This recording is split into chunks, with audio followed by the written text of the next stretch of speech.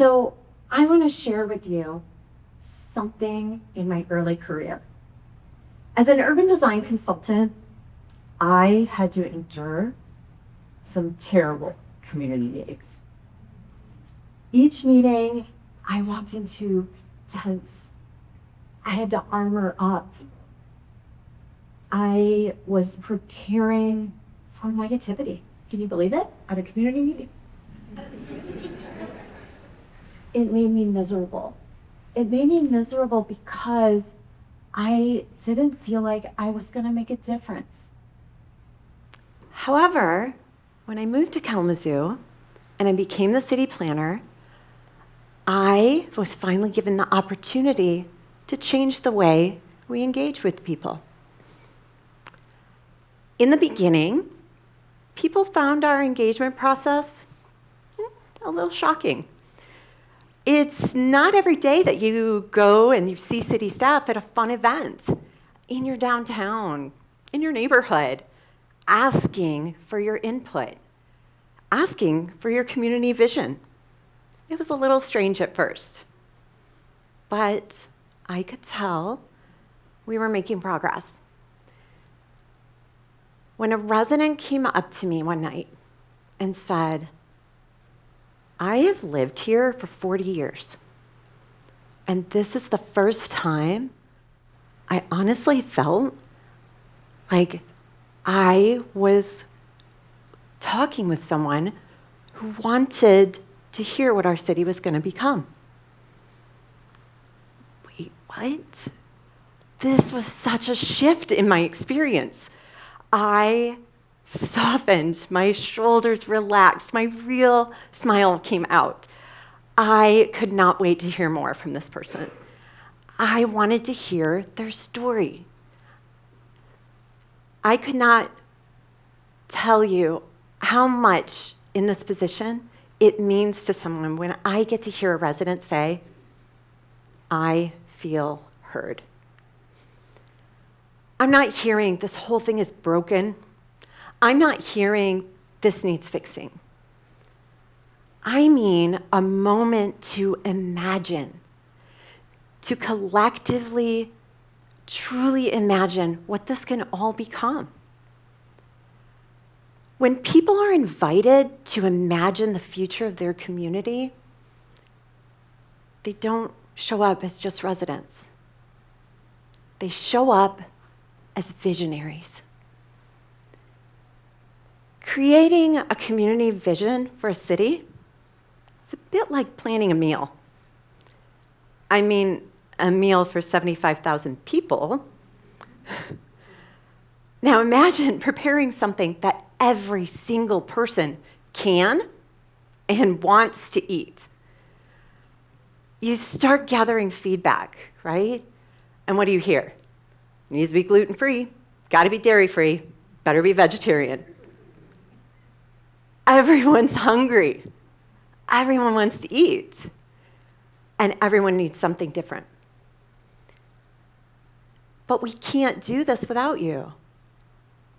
Our job is to create a recipe for the future where everyone can join us at the table. Cities are not built by planners. Cities are built by people who imagine them. Community input can feel chaotic. Ideas contradict each other. This group over here wants growth. This group over here wants preservation. This group over here, I want change now. This group over here, I want change never.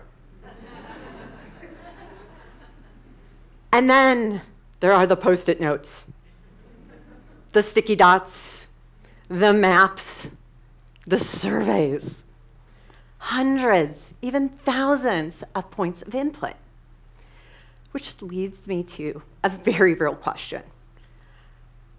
How does all this turn into a shared vision?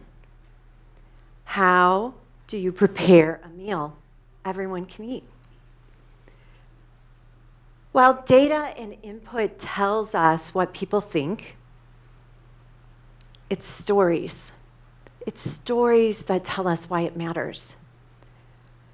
The secret ingredient isn't the data, it's the stories. Stories are how communities move from tasks to vision. Tasks keep cities functioning, but stories help cities dream. Stories about growing up as a kid in your neighborhood. Stories about safety and belonging. Stories about how will future generations be in this place. When stories surface, something really powerful happens. People stop being participants in a meeting. They become authors of the future. I have found that there are conditions to creating an environment that evokes this I feel heard feeling more often. It also elicits better stories. This is like having the right equipment to prepare our meal. If we're going to make soup, for instance, I need a nice big stock pot. I need ladles. I'm going to have a nice big prep space. But what if I show up with a spatula and a frying pan? That's not necessarily an odd thing. We show up to the community unprepared many times. So how can we be more prepared? In my experience, there's 3 conditions. And these conditions allow us to make that soup. Number 1, psychological safety. Meeting people where they are. And I quite mean literally where they are. Not coming to City Hall, but being at a neighborhood, being at a community center, being at a local business. Even giving people tools to host their own meetings. Because when people feel safe, they can speak honestly. When people speak honestly, stories emerge about what their future can look like. The second condition is ask better questions. The questions we ask determine the world we create. Instead of what's wrong here, what's missing here, we ask, how might we? How might we create more attainable housing? How might we create a better transportation system? How might we create a city that truly is welcoming and belonging to all? These how might we questions unlock imagination, and they lead to collaboration with our community. The third condition is radical transparency. We cannot avoid conflict. Communities disagree. This is not a failure. This is democracy. We have to be honest about what challenges lie ahead of us. Budget, capacity, timelines, space. But when people understand constraints, we can invite them in to help imagine the solutions. With these conditions present in community meetings, it's so important because people are offering something deeply personal. Their hopes, their frustrations, their dreams for the place that they call home. Those dreams are gifts. And sometimes they arrive on Post-it notes and with sticky dots and on maps and in surveys. But vision is not just a document.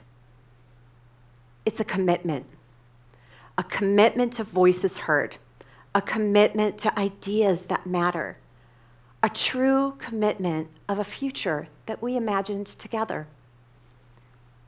When vision stops being a report on a shelf, it becomes shared language, it becomes shared direction and a story of what's possible.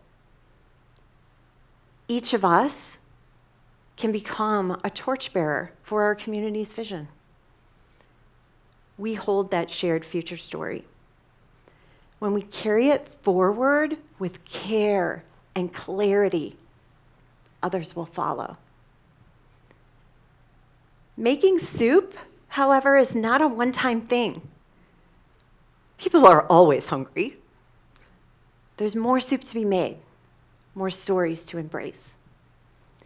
We must have a commitment to continuous engagement for the delivery of the vision as well. And this is where the serving of the soup matters. Because we cannot serve soup on a plate with a fork and a knife. That's when we've stopped following our vision. It's when something's wrong.